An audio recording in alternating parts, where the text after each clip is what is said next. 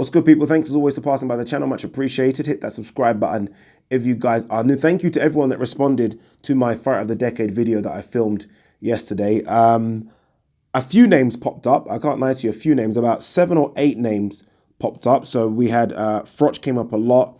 Anthony Joshua, Tyson Fury, Amir Khan. Those are the 4 names that came up the most. And we're going to talk about all those 4 boxers now. A few other names were mentioned. I think deserve to be mentioned as well. Ricky Burns was mentioned a few times.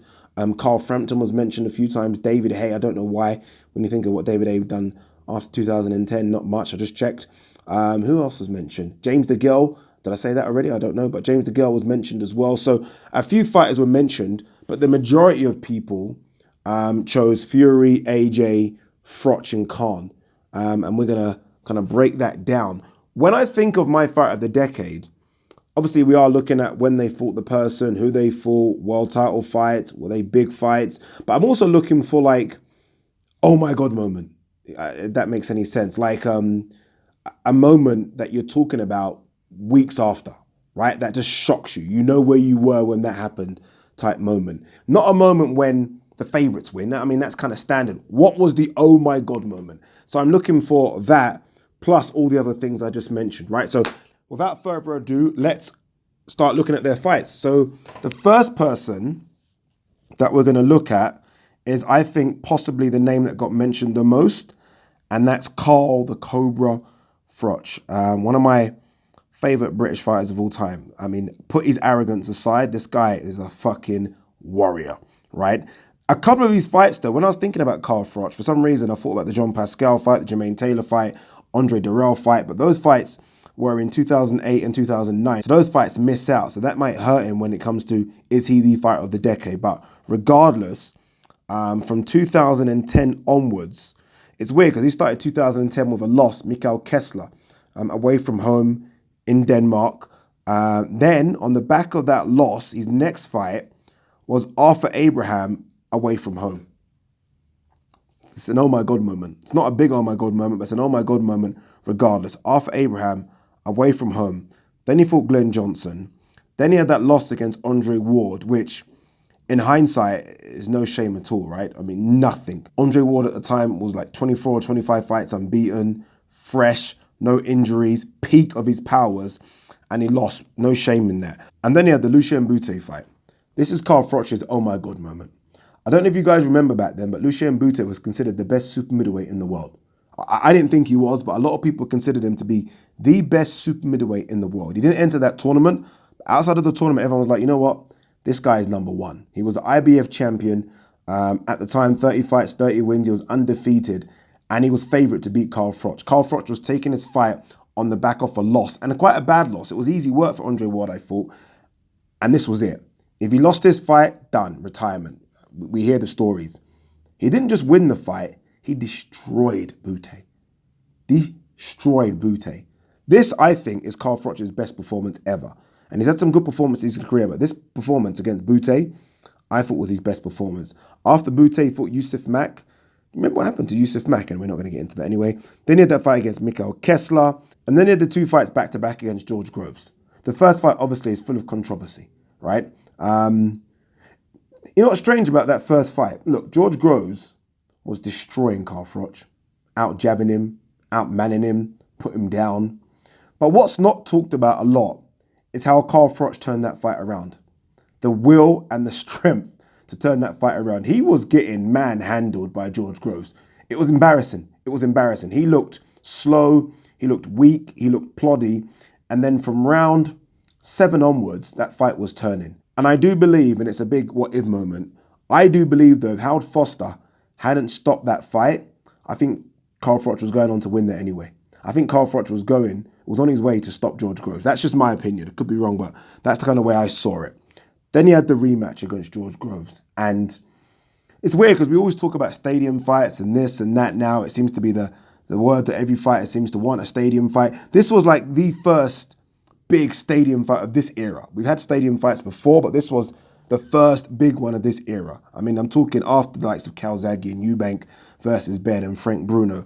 This was it. 80,000 at Wembley, as Carl Froch remembers, and that punch from the God. And that is his probably second oh my God moment. right? That punch to end it all, right? All the back and forth between those two to end it all and put George Groves on his ass like that. I mean, it's going to be difficult to beat Carl Froch's fight of the decade. It is. I mean, that resume, again, I'll read it out. Mikael Kessler, that was a loss. Arthur Abraham, Glenn Johnson, the Road Warrior. Andre Ward lost. Butte win. Mack win. Kessler win. George Groves back-to-back.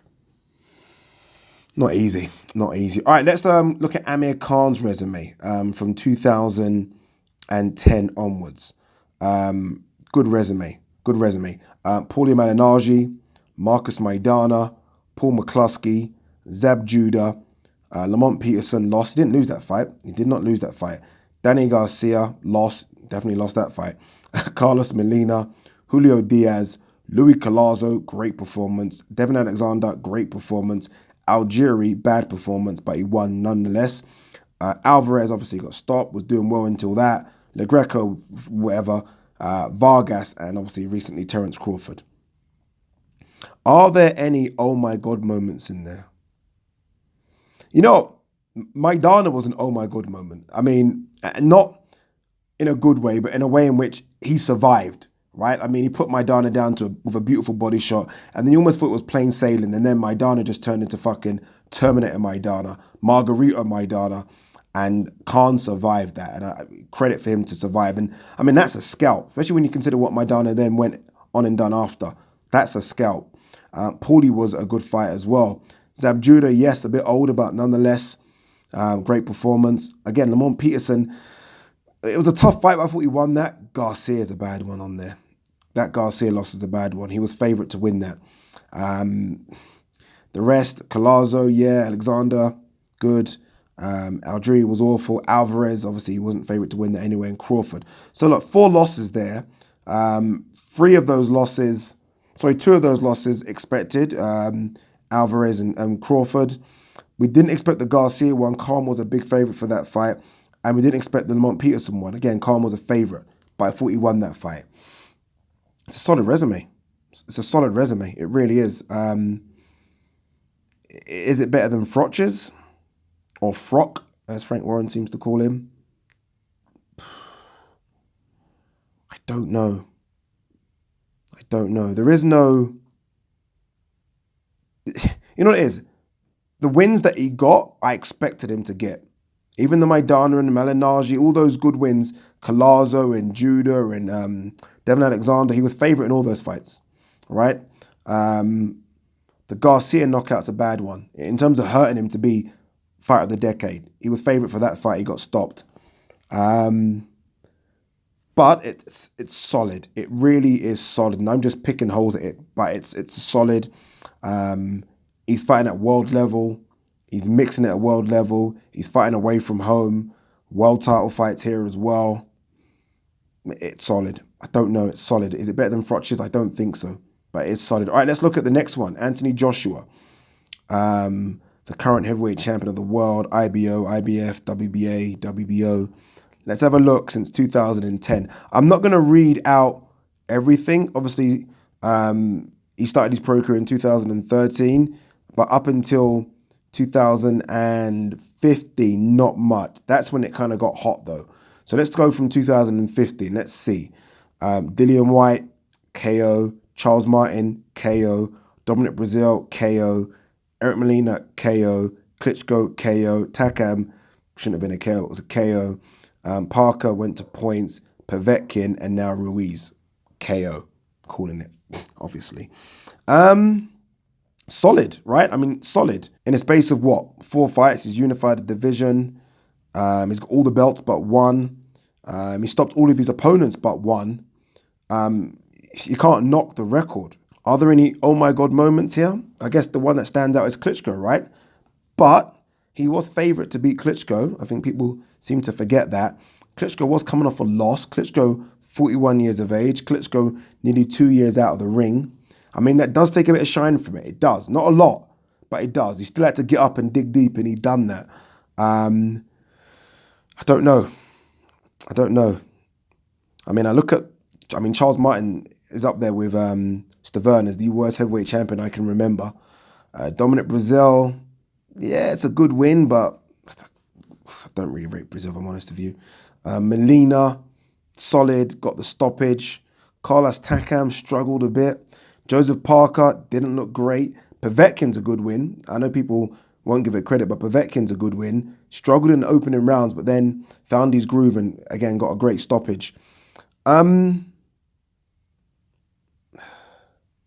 Not for me, if I'm honest with you. I know a lot of people have said Joshua, but not enough for me. Not enough. I mean, you chuck a big name on there. It's not his fault, but you chuck a Tyson Fury on there, you chuck a Deontay Wilder on there, you chuck a Luis Ortiz on there maybe a couple of years ago, then yes. Without that, he's favourite to win every fight and he's won every fight. Do you know what I mean? I mean, if you're favourite to win them all and you've won them all, even though he's won in spectacular fashion, he's been favourite in every single fight here. So I can't. All right, final person. The enigma that is Tyson Fury. Again, I'm not going to go all the way back to 2010. I mean, he was fighting at York Hall, Bethnal Green around those times. And let's just be honest, the two wins that put him even in the conversation, I'll say two wins, one was a draw, Vladimir Klitschko and Deontay Wilder. That's what we're here for, right? That's why a lot of people said Tyson Fury. Those both are oh my God moments, right? I mean, those are oh my effing God moments. The Vladimir Klitschko one, people didn't give him a chance. People didn't give him a chance. Yes, they spoke about mind games and all that kind of stuff, but remember, they didn't give him a chance. I think people need to almost go back in time to remember just the conversation around that fight. It was like, please, no chance. No chance. He went there and yes, it was a boring fight. That's just his style. But he beat someone away from home who hadn't been beaten for what? What was Klitschko's run? 9 years, 10 years? He went there and beat him away from home and became the unified heavyweight champion of the world. That is an oh my God moment. It really is. But nothing for me compares to the Wilder performance. I don't know why. Maybe it's because of the story and the lead up to it, where he came from and who he fought in the lead up to it, the Pianettas, the Sefa Safiris. If no one gave him a chance against Klitschko, no one gave him a chance against Wilder, right? I mean, a few people on YouTube and Twitter said, you know what, I think he's got a chance. But when we talked to all the so-called experts, it was almost a case of what round Wilder's going to knock him out in. A lot of people even ridiculed the fight even happening. Not only did it happen, he won that fight. He went to America and beat the unbeaten knockout artist, the guy that supposedly Anthony Joshua is scared of, in his own backyard. I say backyard, it was the Staples Center, so it wasn't backyard, but you know what I mean, in America. That 12th round, when we talk about oh my God moments, there isn't a more oh my God moment than that 12th round. That 12th round, that punch, Wilder's celebrating. He's blowing kisses to his wife. Frank Warren's upset. Everyone's like, oh, he tried. Everyone's like, oh, you know what? He tried, got up. That's an oh my God moment. Two of them. Is that enough to become fight of the decade? Is going away from home and on my books winning twice, once against an unbeaten slugger in Deontay Wilder and once against Vladimir Klitschko, who hadn't lost for, 9 or 2 years. Is that enough to become fight of the decade? Don't know. I'll tell you this though now. For me, it's not Joshua. And for me, it's not Amir Khan. Close, very close. I mean, you could literally juggle all these guys and wherever it lands, it lands. But for me, the fight of the decade has to be between Carl Froch and Tyson Fury. Has to be.